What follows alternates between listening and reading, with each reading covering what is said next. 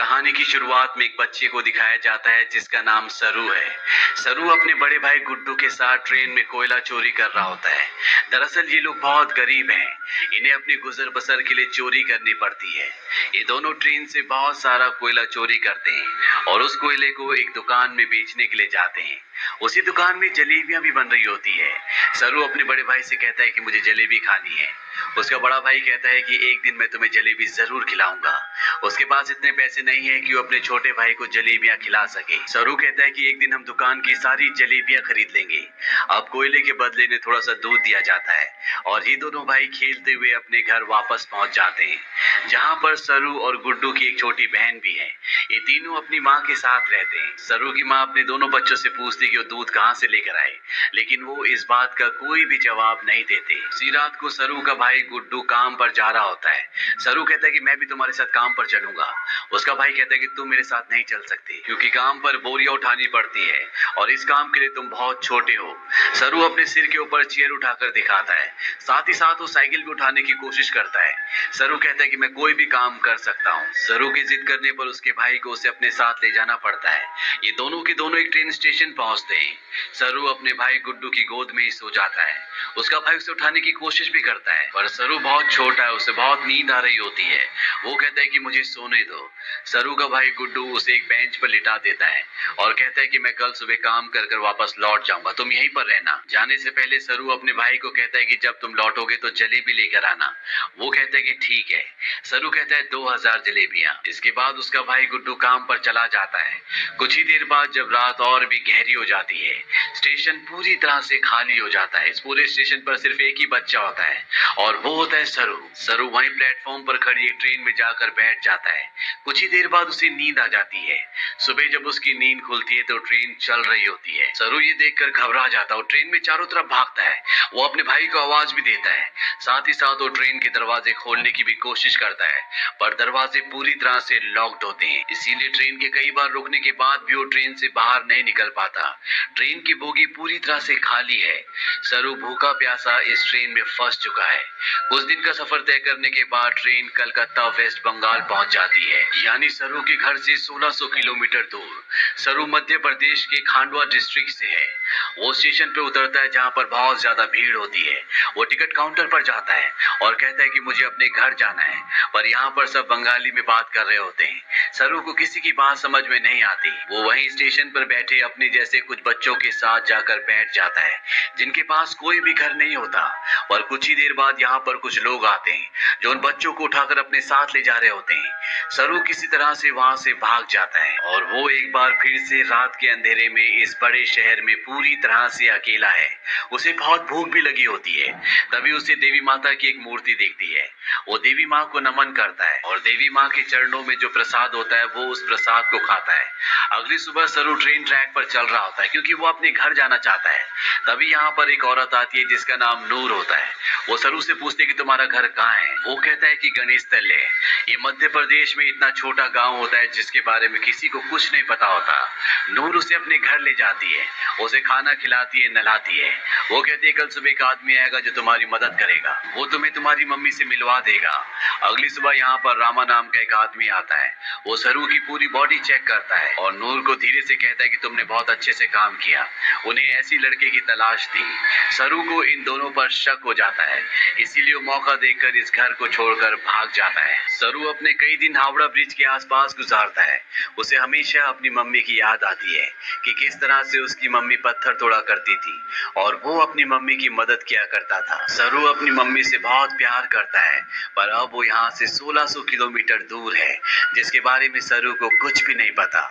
सरू को इसी तरह से यहाँ पर 2 महीने बीत जाते हैं और एक सुबह जब बारिश हो रही होती है तो वो एक कैफे के बाहर बैठा होता है। कैफे के अंदर एक लड़का कॉफी पी रहा होता है और बाहर से सरू उसकी नकल उतार रहा होता है। वो लड़का बाहर आता है और सरू को कुछ खाने के लिए देता है। इसके बाद वो सरू को अपने साथ पुलिस स्टेशन ले जाता है। वो बताता है कि इस लड़के को बांग्ला बोली नहीं आती है, हिंदी में बात करता है। जब मैंने इससे पूछा कि कहाँ से है तो इसने बताया कि ये गणेश तल्ले से है। इस जगह के बारे में ना लड़के को ना ही पुलिस वाले को कुछ पता होता है, क्योंकि ये मध्य प्रदेश में एक बहुत छोटा सा गांव है। लड़का सरू से उसकी मम्मी का नाम भी पूछता है। सरू कहता है कि मेरी मम्मी का नाम अम्मी है। दरअसल उसे अपनी मम्मी का नाम नहीं पता होता। पुलिस उसके पेरेंट्स को ढूंढने की बहुत कोशिश करती है, पर सरू के घर का, उसके गांव का, उसके परिवार का कुछ भी पता नहीं चलता। इसीलिए पुलिस उसे एक अनाथ आश्रम में भेज देती है। सरू 3 महीने वहां पर गुजारता है और 3 महीने के बाद सरू से एक लेडी मिलने आती है जिसका नाम मिसेस सूद होता है। वो सरू को बताती है कि पिछले 3 महीनों से हम तुम्हारी अम्मी को, तुम्हारे परिवार को ढूंढने की न्यूज़पेपर में इश्तेहार भी दिया, जिस न्यूज़पेपर को हर रोज 1.5 करोड़ लोग पढ़ते हैं, पर इसका भी कोई फायदा नहीं हुआ। सरू कहता है कि मेरा घर यहाँ से बहुत दूर है, मैं अपनी अम्मी के पास, गुड्डू के पास जाना चाहता हूँ। मिसेस सूद कहती है कि हमने हर जगह तलाश करने की कोशिश की, अब इंतजार का कोई फायदा नहीं है। एक ऑस्ट्रेलियन कपल है जो तुम्हें अडॉप्ट करना चाहता है, वो बहुत अच्छे लोग हैं, उनके साथ तुम बहुत खुश रहोगे, तुम्हें ऑस्ट्रेलिया जाना होगा। इसके बाद मिसेस सूद सरू को अपने साथ अपने घर ले आती है, जहाँ पर कुछ और बच्चे भी होते हैं।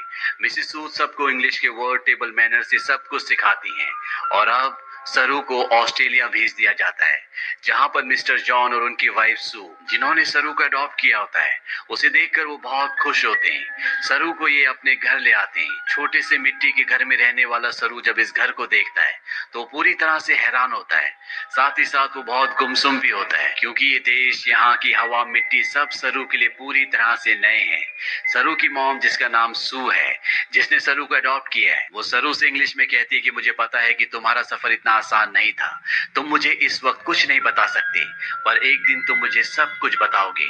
सरू धीरे धीरे इनकी भाषा, इनका रहन सहन सीखना शुरू कर देता है। बहुत जल्द वो इन सब के साथ कंफर्टेबल हो जाता है। मिस्टर जॉन और उनकी वाइफ सू सरू से अपने बेटे की तरह प्यार करती है। वो उसकी जिंदगी में किसी तरह की कोई कमी नहीं होने देते। 1 साल बाद ये एक और बच्चे को अडॉप्ट करते हैं, जो इनके साथ एडजस्ट नहीं हो पाता। वो अपने आप को नुकसान पहुंचाना शुरू कर देता है, पर मिस्टर जॉन और उनकी वाइफ इस बच्चे को कंट्रोल करने की, समझाने की कोशिश करते हैं, क्योंकि वो इसकी मदद करना चाहते हैं। उसी रात को मिसेस सू रो रही होती है। सरू उनके पास जाता है, उनके आंसू पोंछता है और उनके गले से लग जाता है, यानी कि अब उसने पूरी तरह से उन्हें अपनी मॉम मान लिया है। धीरे धीरे वक्त बीतता और 20 साल बीत जाते हैं। सरू अब बड़ा हो चुका है। मिस्टर जॉन और उनकी वाइफ, जो सरू के मॉम डैड है, उनको सरू पर गर्व होता है। वो होटल मैनेजमेंट की पढ़ाई करने के लिए मेलबॉर्न जा रहा होता है। वो अपने उस भाई से भी मिलता है जिसे मिस्टर और मिसेस जॉन ने सरू के बाद अडॉप्ट किया था, लेकिन ये दोनों एक दूसरे को पसंद नहीं करते। सरू अब होटल मैनेजमेंट की इंट्रोडक्टरी क्लास में पहुंच जाता है, जहां पर सब अपने बारे में बताते हैं। सरू कहता है कि वो अपना होटल खोलना चाहता है, साथ ही वो ये भी बताता है कि वो इंडिया में कैलकाटा से है। इसके बाद यहाँ पर जितने भी स्टूडेंट्स होते हैं, वो सब के सब हाउस पार्टी रखते हैं, जहाँ पर सरू भी जाता है। यहाँ बहुत सारे इंडियन स्टूडेंट्स भी होते हैं, इसीलिए यहाँ पर खाने में बहुत सारा इंडियन फूड होता है। और सरू जब वहाँ पर जलेबियां देखता है तो उसे बचपन का वो लम्हा याद आ जाता है, जब उसने अपने भाई गुड्डू से जलेबी खाने के लिए कहा था और जवाब में उसके भाई गुड्डू ने कहा था कि वो उसे जलेबी जरूर खिलाएगा। सरू ने कहा था कि एक दिन वो सारी जलेबी खरीद लेंगे। सरू को जब ये लम्हा याद आता है तो उसकी आंखों में आंसू आ जाते हैं और वो अपने दोस्तों को बताता है कि वो कैलकाटा से नहीं है, वो किसी और जगह से है। बचपन में वो खो गया था, वो एक ट्रेन में बैठ गया था और जब ट्रेन रुकी तो वो कैलकाटा पहुंच गया था। यहाँ पर एक लड़का उससे पूछता है कि वो ट्रेन में कितने दिन तक था। सरू कहता है 2-3 दिन तक। वो लड़का उसके गांव का नाम पूछता है।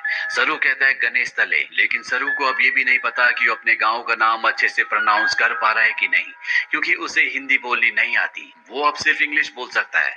यहाँ पर एक लड़का उससे कहता है कि कैलकाटा के हावड़ा ब्रिज से, जहाँ पर तुम बचपन में पहुंचे थे, अगर वहां से हम टाइम और ट्रेन की स्पीड को कैलकुलेट करें और वापस जाएं तो हम तुम्हारे गांव के आसपास के रेडियस में पहुंच सकते हैं। यहाँ पर एक लड़की उसे गूगल अर्थ के बारे में बताती है। वो कहती है गूगल अर्थ के सहारे तुम दुनिया की किसी भी जगह को ढूंढ सकते हो, पर सरू इस बारे में और ज्यादा बात करने से मना कर देता है। इसके बाद ये पार्टी से निकल जाते हैं। सरू के साथ एक लड़की भी होती है जिसका नाम लूसी होता है। ये दोनों एक दूसरे की तरफ अट्रैक्टेड होते हैं, इसीलिए रात को ये दोनों एक दूसरे के फिजिकली बहुत क्लोज हो जाते हैं।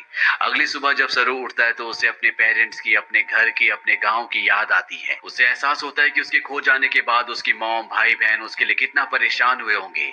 इसीलिए वो गूगल अर्थ एप्लीकेशन के जरिए, साथ ही साथ स्टेशन से अपने घर की जो दूरी होती है उसकी कैलकुलेशन करके हर तरह से अपने गांव गणेश तले को ढूंढने की कोशिश करता है, पर उसकी सारी कोशिश पूरी तरह से बेकार हो जाती है। धीरे धीरे वक्त बीतता और 3 साल बीत जाते हैं। लूसी का और सरू का रिश्ता अब और भी गहरा हो चुका है।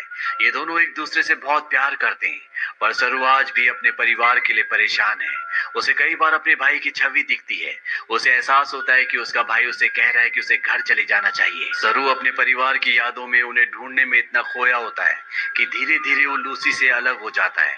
वो लूसी से कहता है कि तुम मुझसे बेहतर इंसान डिजर्व करती हो। लूसी और सरू अलग हो जाते हैं। कई महीनों के बाद लूसी को सरू जब एक दिन एस्केलेटर पर देखता है तो वो उससे बात करता है। वो लूसी से कहता है कि वो उसे बहुत मिस करता है। इसके बाद एक बार फिर से दोनों एक दूसरे के बहुत क्लोज आ जाते हैं। लूसी सरू से कहती है कि तुम्हें अपनी मॉम के पास जाना चाहिए, उन्हें तुम्हारी जरूरत है। सरू अपनी मॉम के पास जाता है जिनकी तबीयत खराब होती है।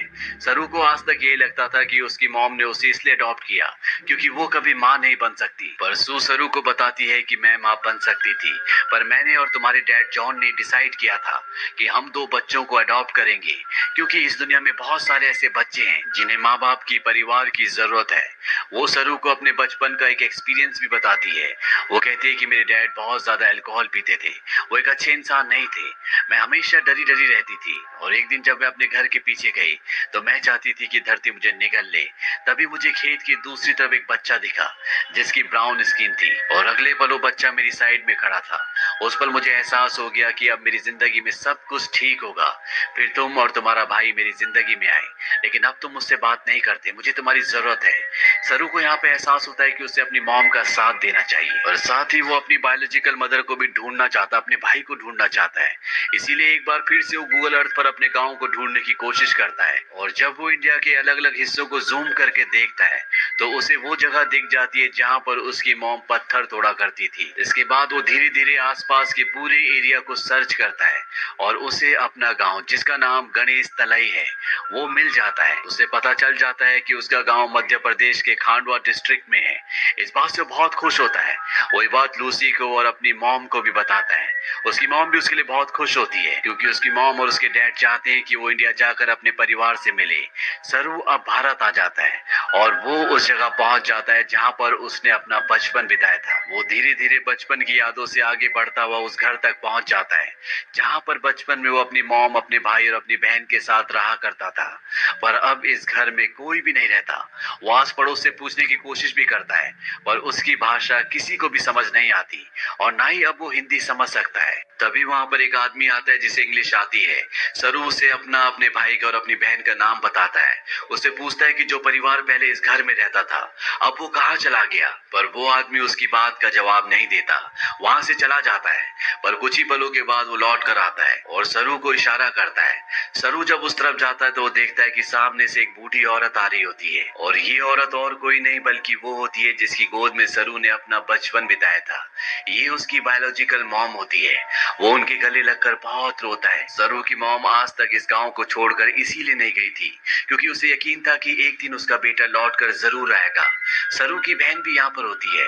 वो अपनी बहन को अपने गले से लगा लेता है पर सरू अपने भाई से मिल नहीं पाता। उसे पता चलता है कि जिस रात वो अपने भाई के साथ काम पर गया था पर सरू को नींद आ रही थी, इसीलिए उसके भाई ने उसे बेंच पर सुला दिया था। और जब उसका भाई जा रहा था तो सरू ने अपने भाई से कहा था कि सुबह जलेबी लेकर आना। उसी रात को उसके भाई गुड्डू की एक ट्रेन दुर्घटना में मृत्यु हो गई थी। यानी कि एक माँ ने एक ही रात में अपने दोनों बेटों को खो दिया था। पर उसकी उम्मीद, ईश्वर पर उसकी आस्था थी जो इतने सालों तक वो अपने छोटे बेटे सरू का इंतजार करती रही और आज 25 सालों के बाद उसका बेटा वापस लौट आया। सरू इसके बाद ऑस्ट्रेलिया में अपने मॉम और डैड को कॉल करता है। वो उन्हें बताता है कि मुझे मेरा परिवार मिल गया, पर इससे कुछ भी नहीं बदलता। आज भी आप मेरे लिए वही हो जो पहले थे, आप मेरे मॉम डैड हो। इसके बाद सरू उन सभी जगहों पर जाता है जहां पर वो अपने भाई के साथ खेला करता था और इन जगहों पर जाकर उसे अपने बचपन की याद आ जाती है जब वो इन्हीं रास्तों पर अपने भाई के साथ चला करता था। सरू को यहाँ पर एक और बात पता चलती है कि उसका नाम सरू नहीं बल्कि शेरू है, जिसका मतलब होता है लायन। अंत में हमें कुछ रियल फुटेज दिखाई जाती है जिसमें सरू के वो माँ बाप जिन्होंने उसे अडॉप्ट किया था वो इंडिया आते हैं। इंडिया में सरू की जो असली बायोलॉजिकल मॉम होती है वो उन्हें अपने गले से लगा लेती है। तो ये थी सच्ची कहानी सरू की। ऑफिशियल रिपोर्ट्स के मुताबिक पता चलता है कि भारत से हर साल 80,000 बच्चे गायब होते हैं, लेकिन उसमें से 1% भी बच्चे ऐसे नहीं है जिनकी किस्मत सरू की तरह हो। इसीलिए इस पूरी कहानी, इस पूरी फिल्म के जो हीरो है वो और कोई नहीं बल्कि मिस्टर जॉन और उनकी वाइफ सू है, जो अपने बच्चे पैदा कर सकते थे पर उन्होंने फैसला किया कि वो अपने बच्चे पैदा ना करके उन बच्चों को अडॉप्ट करेंगे जिनके पास घर नहीं है, ताकि